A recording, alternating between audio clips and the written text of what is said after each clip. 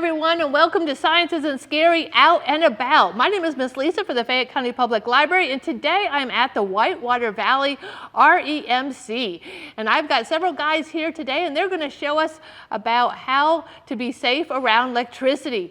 So if we could get Ryan and Robert to come on in here, they're going to do some demonstration, boys and girls, to show you how to be safe around electricity.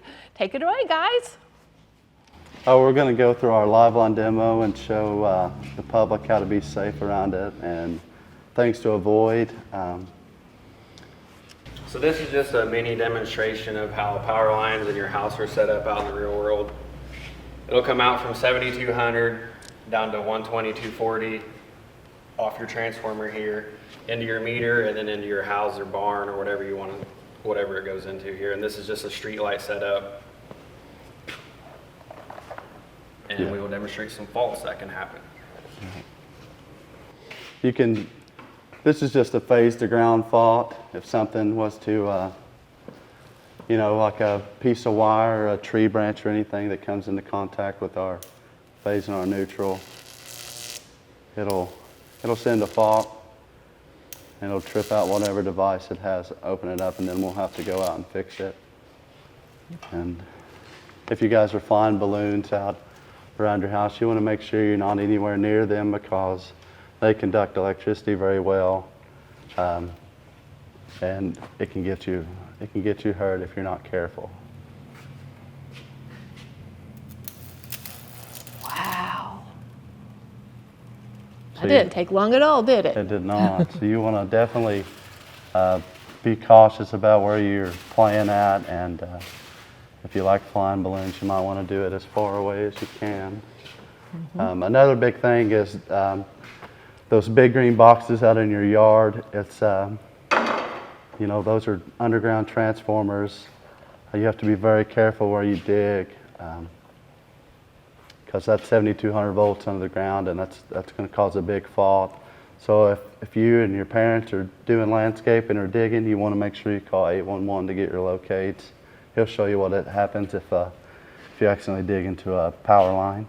This represents a pad mount transformer which has the same voltage as this wire, except it's underground and you can't see it.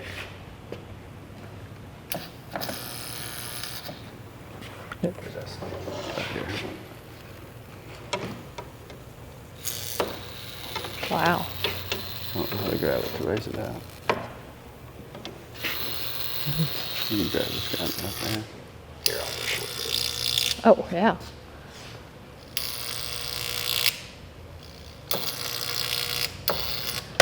That'd cause a big shock, wouldn't it? It would. It wouldn't feel good at all. We also do a hot dog demonstration to show what it would happen if you were to come in contact with your skin or your body, because hot dogs are like 10% water and your body's like 75%. So your body's 10 times more conductive than a hot dog would be. Ouch. Electricity will cook you from the inside out, so you can't really tell what's going on the outside here, but everything, it's like a microwave. We'll show kind of, we have Lightning Lizzie. She would be a perfect example if somebody that got into a phase to ground contact, what would happen.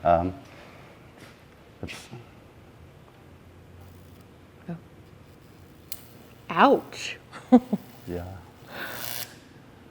It passes through your body. It takes the easiest path to ground, and that's usually always through you. So he'll show you what happens if like your parents farm and they have their auger carts and stuff hooked up to their tractor, and they have them all the way up, and what would happen if they drove under a power line, and it would create a big fault.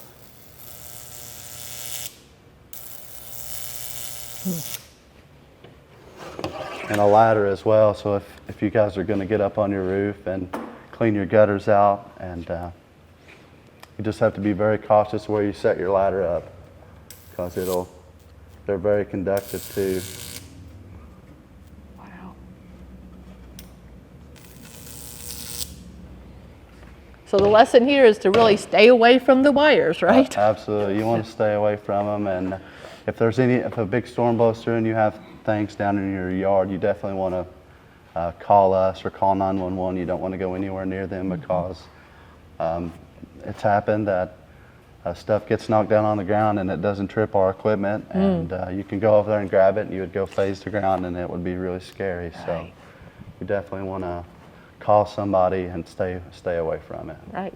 And I've been noticing too that you guys are wearing these big heavy gloves, right? So there's a lot of equipment that you guys use when you're dealing with electricity, right? Yeah. Our big practice is we never go phase to phase or phase to ground. We only work on one thing at a time. You never want to put yourself in series because if these had just a little bitty nick in them or a pinhole, it would kind of be what happened to Lightning Lizzie. It would track through our body, and that's how people get seriously hurt. So you only do one thing at a time, and you never touch a different potential. You always, you just have to be as safe as you can, and this is just something we have to do our jobs every day. Second line of defense. You don't really want to test your gloves. We have these things they're called rubber hoses that you put on here across the phase, which then we grab with our gloves after that.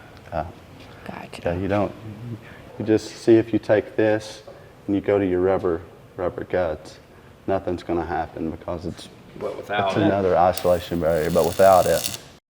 All right, boys and girls, we are with Noah now, and as you just saw in the other demonstration, the men were wearing these big, heavy gloves, and so Noah's going to tell us about the gloves and some of the other equipment they used in order to be safe around electricity. So Noah, tell us what you do. All right, well, we're going to start with like our rubber gloves and rubber sleeves. Basically, these are just big, high voltage gloves. They're set up for 20,000 volts. We have our gloves tested once a month.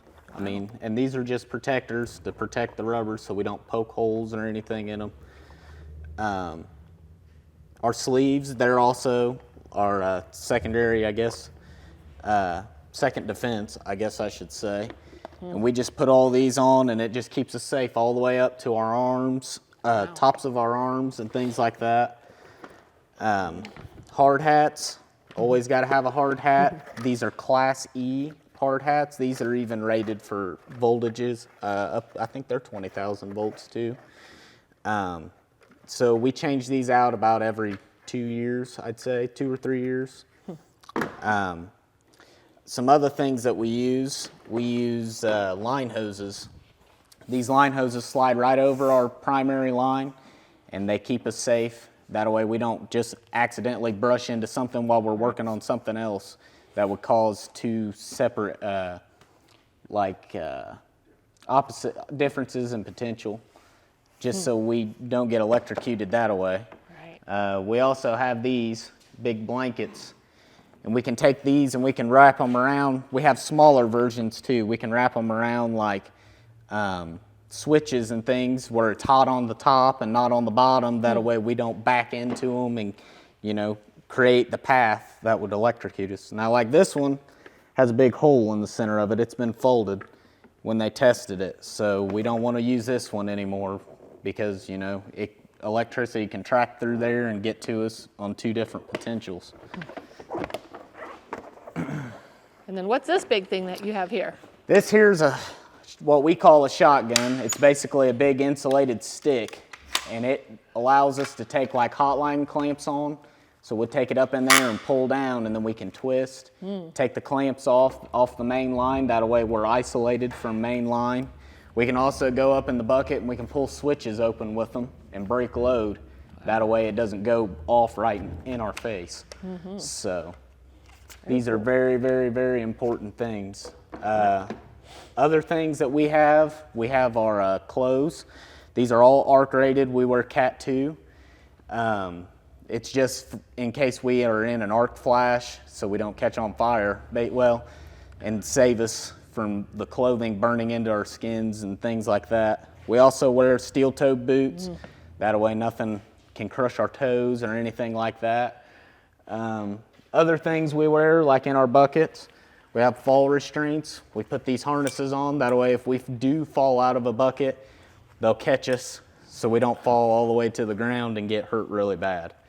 So that's just some of the stuff that we use. We have all kinds of stuff that we use. All right, now I'm here with Clay, and he's going to tell us about this really ginormous truck that they use when they go out and work on electricity. So tell us some things about this truck. Okay, this is a bucket truck. We have 6 of these. We have 3 big trucks and we have 3 small trucks. We also have 3 digger trucks that have augers up on the boom that help set the poles. But this is a bucket truck, and generally these are the ones you see rolling around at nighttime when your power's out. People see us go up and down the roads in the middle of the night. We're usually in these so we can go up and fix the power lines. If a tree has fell on the line during a storm or a pole's broke, this is what we go up in the air and work with. Bucket trucks make it handy for us because the poles that we can get to, we use these trucks, but if we can't get to it, we have to climb the poles. How high up does it go? So this truck is probably, this boom goes about 45 to 50 feet up. Okay. Our bigger trucks that we have, they go 60 feet. Wow. But then the smaller ones that we have, they're about 42 to 45 feet as well in the smaller buckets. We use them to get into tighter places, but the tires on this truck, for example, are made to, if it's stormed really bad all night and we have to get across the field, these big wide tires spread the weight of this truck out. Oh, sure. And the skinny tires on all the other trucks will cut down and sink ruts, and our trucks will get stuck. So this truck's 4-wheel drive. It has these big tires, and you can also drive into people's yards without tearing them up. So it makes it handy to have a truck that's floated. We have a digger truck the same way, so we can get in somebody's yard with this truck and that truck and set a pole without tearing up everybody's property. And this is something that helps to stabilize the Yes, truck when you're out? these are called outriggers, and when we're up in the air working on the lines, we tend to be off the side of the truck or out the back or sometimes out the front. Well, those booms are heavy, so with that much weight out, you want stability, and these outriggers make a wider foot, so that way when you're up in the air, the truck has a stance that much wider, that way the truck won't tip over when you're up there. Very cool. So. This sort of looks like an anchor to me. What is this? So this actually usually goes on a digger truck, but we have a spot on the back of the truck to hook this one up to.